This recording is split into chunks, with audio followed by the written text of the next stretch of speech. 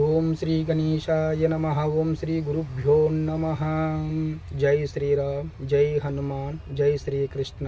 కృష్ణాయ వాసుదేవాయ హరయే పరమాత్మనే ప్రణతోః క్లేశనాశాయ గోవిందాయ నమో నమః.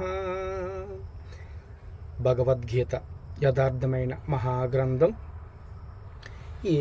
యదా మాం ప్రపద్యంతే తాంస్తదైవ భజామ్యహం మనువర్త్మానువర్తంతే